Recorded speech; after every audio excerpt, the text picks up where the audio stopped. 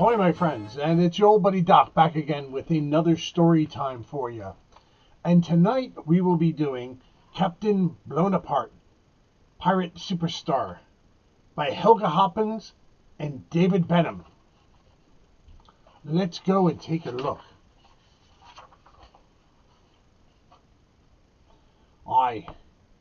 This is the story of the legendary pirate Captain Blownaparte, who got his name after a big battle against his arch enemy, Captain Purplebeard.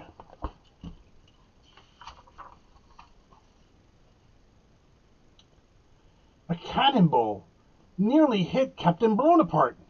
It was a very close shave, and half his clothes were blown away.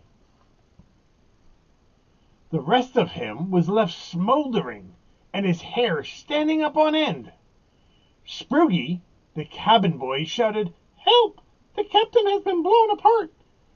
So that's how the captain got his funny name.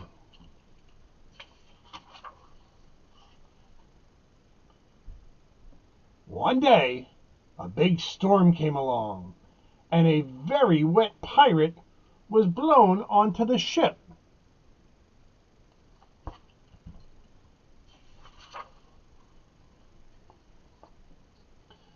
Luckily, little Sproogie looked after him, and after a few days, Captain Blownaparte asked the pirate if he wanted to fly back to the jungle. No, I'm staying with you," squawked the parrot. Every famous pirate needs a lucky parrot on his shoulder. Captain Blownaparte was tickled pink with his new friend and decided to call him Prosper. Prosper was a very clever parrot, and each week he read the Gold Treasure magazine, so he knew where all the treasure ships were sailing on the ocean. Prosper was always busy reading, and Captain Blownaparte was counting gold coins. This was his favorite hobby. It's a favorite hobby of mine, too, I'll tell you. On deck, the ship's crew were playing football as usual, but they all hoped that Captain wouldn't want to join in. "That cutlass he uses for a wooden leg will be the death of us," grumbled one of the patched-up pirates. "Every time he joins the team, he slices up our footballs." "Not to mention all of us," said another poor pirate, who had a rather grubby Band-Aid on his nose.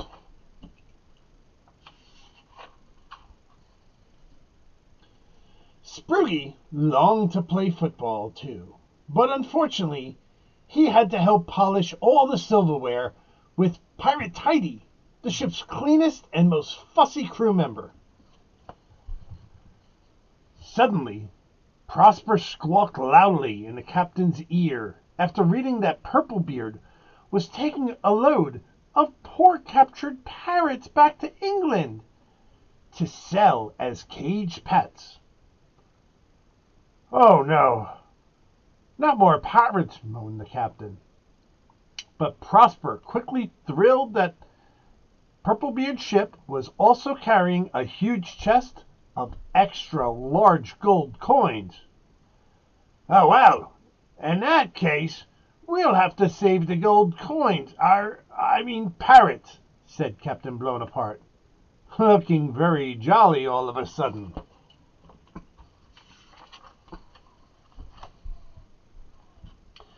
Dropping anchor in a small harbor, Sproogie was set to find out where Purplebeard was setting sail.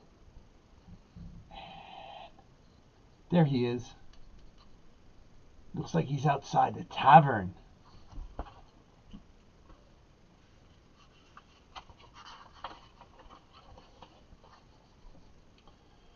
Sproogie sneaked into a dark old tavern and hid under Purplebeard's table so he could listen to his plans.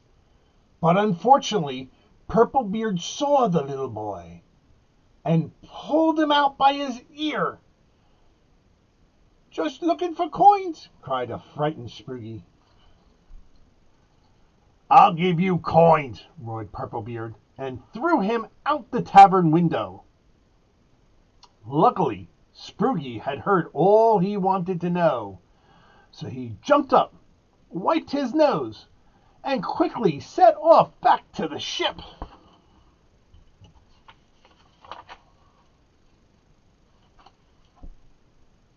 Later, Captain Blownaparte was caught up with Purplebeard's ship. But the nasty pirates shouted across the waves, "You can't shoot your cannons at my ship. If you sink me, all the pirates will drown." We don't want that.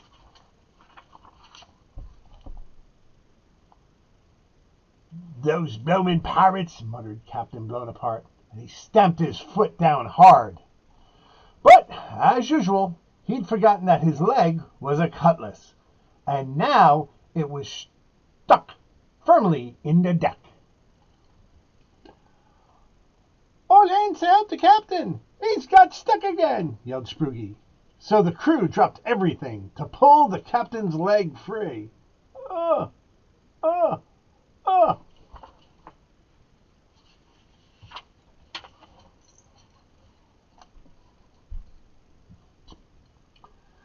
Then suddenly Prosper had a brilliant idea.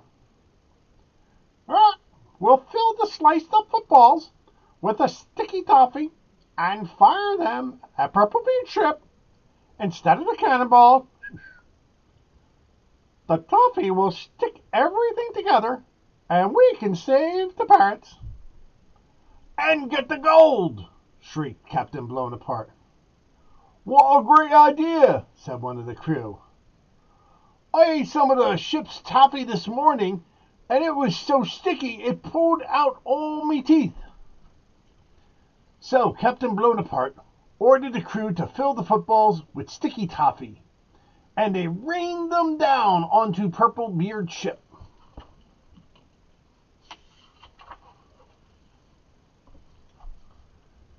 Covering him and his men in a horrible, sticky mess. Every move Purplebeard had made got worse and worse. It was a very sticky situation.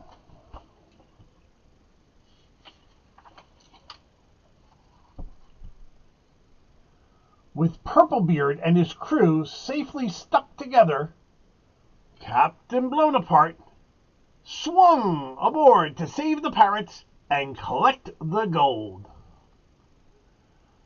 Purplebeard looked on helplessly with toffee all over him and daggers in his eyes. "Try and chew your way out of this," said Captain Blownaparte as he dug his arms into the huge chest of sparkling coins.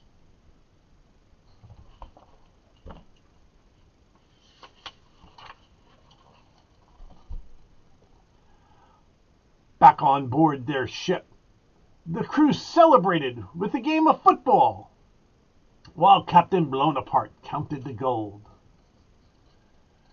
Meanwhile, Sproogie and Prosper quickly opened the cages of the saved pirates, who swooped off back to the jungle with a squawk of thanks to Captain Blownaparte.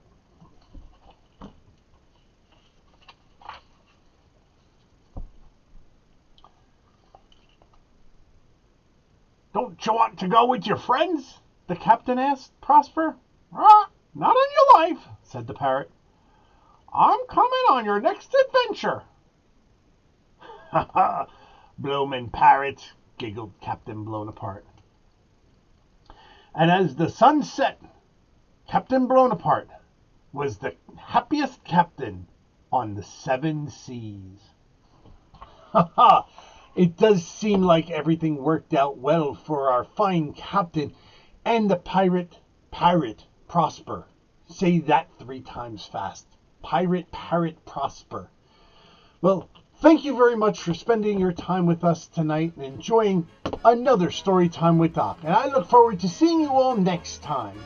Until then, be well.